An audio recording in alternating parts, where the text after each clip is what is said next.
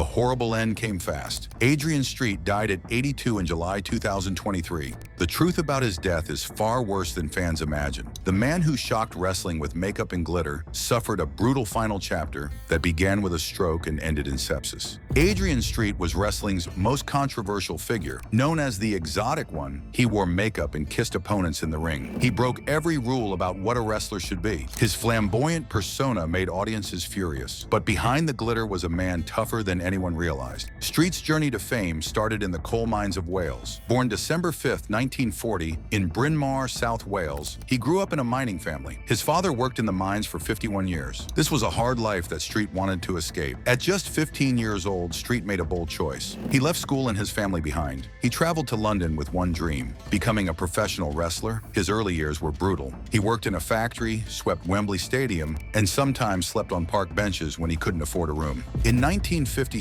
at age 16, Street made his professional wrestling debut. He first used the name Kid Tarzan Jonathan. His first match was August 8, 1957. He defeated Jeff Moran after training with experienced wrestlers. Street's early wrestling names didn't bring success. He tried Kid Jonathan and Nature Boy, Adrian Street, but his breakthrough came from an unexpected source. Audience taunts led him to create something entirely new. The exotic gimmick wasn't planned. It grew from Street's responses to crowd reactions. He noticed something important. The more he pushed boundaries, the stronger the audience reacted. Conservative English crowds were outraged by his feminine presentation. Street saw this anger as success. His wrestling gear became increasingly wild. He wore pastel colors and glitter makeup. He bleached his hair into mini pigtails. By 1982, when he arrived in America, his character had reached new extremes. He owned a huge collection of gowns and robes. His makeup kit would make RuPaul envious. Street's in-ring behavior was designed to provoke. He would kiss opponents to escape pins. He applied makeup to defeated wrestlers. He sang glam rock songs, including Sweet Transvestite with a Broken Nose. His entrance music became Imagine What I Could Do to You. Street described his transformation perfectly. He looked and acted like a French poodle before matches. But once the bell rang, he became a pit bull. This contrast created psychological warfare. Audiences dismissed his unmanly appearance. Then his legitimate toughness shocked and infuriated them even more. Street's impact as an innovator cannot be overstated. Before he came to America, no one wore face paint in wrestling. No one wore spandex. No one entered with a female valet. He created these trends in the 1960s and influenced wrestling for decades. His character inspired many future wrestlers. Goldust in the mid-1990s brought back Street's style. Other wrestlers like Rico Costantino and Velveteen Dream followed his path. Rico even studied directly from Street.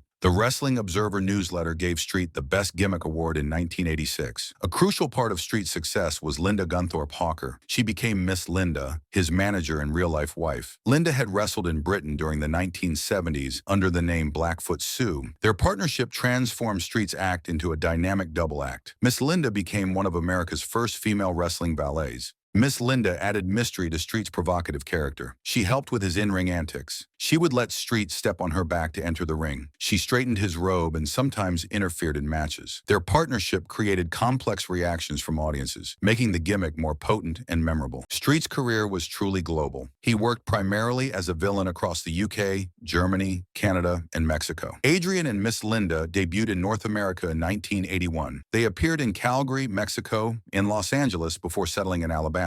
Street engaged in major feuds throughout his career. He initially worked against popular wrestlers like Austin Idol and Wendell Cooley. In a surprising turn, he became a fan favorite in 1986. He saved Bob Armstrong from an attack, showing his versatility. Some promoters struggled to understand Street's character. This showed a disconnect between Street's ability to connect with audiences and traditional booking wisdom. Street had clear philosophy about being a villain. He believed heels should wrestle well and show their skills rather than rely on cheap tactics. Street's career included an estimated 12,000 to 15,000 matches. His final bout took place in Birmingham, Alabama in June 2014. He won championships across multiple promotions, proving his drawing power and talent. Beyond his flamboyant character, Street possessed real-life toughness. One infamous incident involved Jimmy Savile in 1971. During a wrestling match, Street legitimately attacked Savile. He tore out Savile's hair during what was supposed to be a stage bout. Street later revealed he disliked Savile because he boasted about sleeping with underage girls. After Savile's abuse became public knowledge following his death, Street declared he would have given him an even bigger beating if he had known the full truth. This incident showed Street's moral compass beneath his outrageous persona. Despite his unmanly character, Street was respected for his legitimate toughness. Fellow wrestler Terry Taylor said he looked like he couldn't hurt anyone, but was actually one of the toughest wrestlers around. Street had complex relationships within the wrestling community. While working for Stu Hart's Stampede Wrestling, he openly stated he didn't like the Harts overall. However, he got along well with Bruce and Bret Hart. He refused to wrestle Keith Hart in Germany, bluntly stating he didn't like him. After retiring from full-time wrestling in June 2014, Street continued contributing to the industry. He operated the Skull Crushers Wrestling School in Florida until Hurricane Ivan damaged it. Alongside Miss Linda, he ran a successful business designing and selling wrestling gear online. Street's design skills were notable. He created the distinctive ring gear for Mick Foley's Dude Love persona during his feud with Stone Cold Steve Austin. This proved his exotic persona stemmed from genuine understanding of visual branding and character presentation. Street worked backstage at WWE UK in their performance center, sharing knowledge with young talent. His pioneering use of face paint, spandex, and female valets set trends adopted across the industry. Street documented his extraordinary life extensively. He authored multiple autobiographies, including My Pink Gas Mask and Imagine What I Could Do to You. His life became the subject of a WWE Network documentary released in 2022. He also appeared in movies, including the 1981 film Quest for Fire, and played in a band called the Pile Drivers. An iconic photograph showed Street in full gimmick at a mine shaft with his father and other miners. This image became a powerful symbol of his journey and defiance of his origins. In his later years, Street faced significant health challenges. He had been diagnosed with and survived throat cancer in 2001, but July 2023 brought a rapid decline in his health. He suffered a stroke that resulted in bleeding on his brain. While recovering at home, he developed colitis. The colitis progressed into sepsis. This life-threatening condition occurs when the body's response to infection becomes overwhelming. Sepsis was determined to be the ultimate cause of his death. Adrian Street passed away at Grange University Hospital in Cornbren, Wales on July 24, 2023, at age 82. His wife Linda confirmed the news to the BBC. She noted how quickly everything happened, saying it all came about so quick. The sudden progression from stroke to sepsis highlighted the fragility of life, even for someone as tough as Street.